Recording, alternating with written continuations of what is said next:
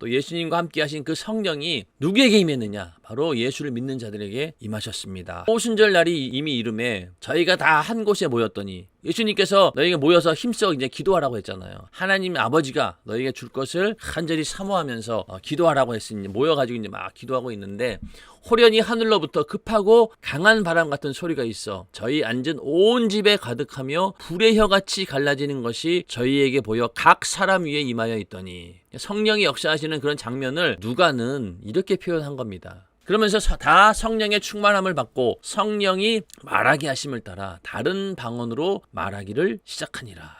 오순절날 마가다락방에서 이루어진 이 성령 강림의 역사는 그 증거가 무엇이었습니까? 방언을 말하는 거였어요. 우리 믿는 자들에게 최초로 성령이 임하셨는데 증거가 뭐였느냐? 바로 다른 방언으로 말하는 것이었습니다. 오늘날 성령 충만, 성령 침례를 받은 그 확실한 증거가 바로 방언을 말하는 것입니다. 근데 어떤 사람들은 이 다른 방언을 이 당시 제자들이 자기네 나라 말로 했는데도 불구하고 그 각 나라에 온 사람들이 그 각 나라 음성으로 들었다는 거 아니겠습니까? 그러니까 그 사건을 놓고 이 방언도 그런 식의 다른 방언일 것이다. 다른 방언을 성령의 역사로 나타나는 그런 방언 은사가 아니라 다른 언어로 말을 할 것이다 라고 자꾸 얘기를 하는데 그렇지 않습니다. 처음에 사도들이나 제자들이 오해했어요. 자기들이 막 무슨 말을 하면은 자기와 언어와 다른 그런 사람들도 자기네 말을 다 알아듣는 거예요. 초창기에 그런 역사가 나타났어요. 그러니까 사도들이 어떻게 오해했냐면은 야 설교할 때도 방언으로 하자. 그러면은 다 알아들을 거 아니냐. 그러면서 막 설교할 때도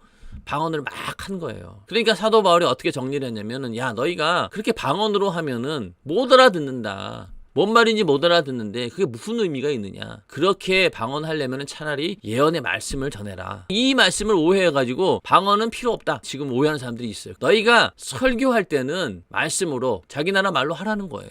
그래야지 예수를 믿지 않는 자들도 알아들을 것이고 무식한 처지에 있는 자라고 그랬어요. 그런 자들이 알아들을 거 아니냐. 니들이 거기서 방언으로 말하면은 그걸 누가 알아듣겠냐는 거예요. 너희가 설교할 때는 인간의 언어로 해라. 그러나 너희가 기도할 때는 방언으로 기도해라.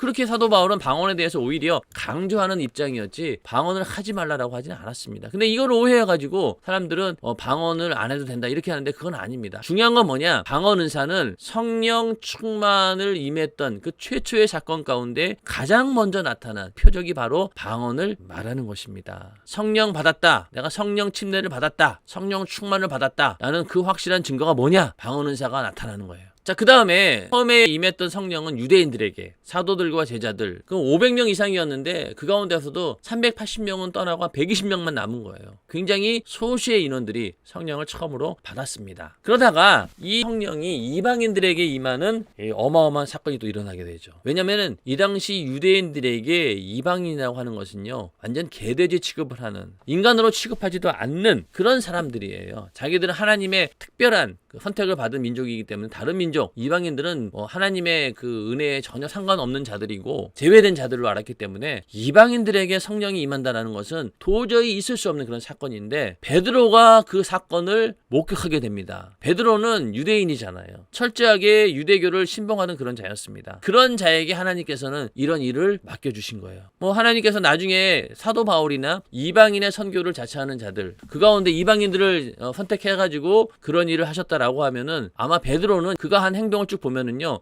굉장히 율법 안에 있는 자였기 때문에 아마 받아들이기 어려웠을 거예요. 그런데 그 고넬료의 집에 가서 복음을 전할 때 성령이 말씀을 듣는 모든 사람에게 내려오시니 베드로와 함께 온 할례 받은 신자들이 이방인들에게도 성령 부어주심을 인하여 놀라니 이는 방언을 말하며 하나님 높임을 들음이러라. 이때부터 베드로는 자기가 가지고 있는 유대교의 그런 가치관들을 다 무너뜨리고 그러면서 복음을 또 이방인들에게 전하는 그런 모습을 이제 베드로를 통해서 볼 수 있는 것이죠. 이방인에게 임하신 성령이 오늘 우리에게도 임한 거예요. 만약에 성령 임하시는 것이 유대인들에게 한정되었다라고 하면 참 우리는 불행한 자인데 참 감사하게도 고넬료의 가정에 임했던 그 성령이 지금까지도 우리들에게 똑같이 임한다는 사실.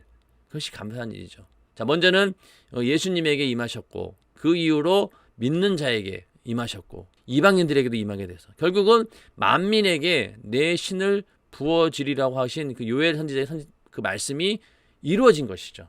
그 이루어진 혜택을 받은 자들이 바로 오늘날 예수 믿고 성령 받은 우리들입니다. 예.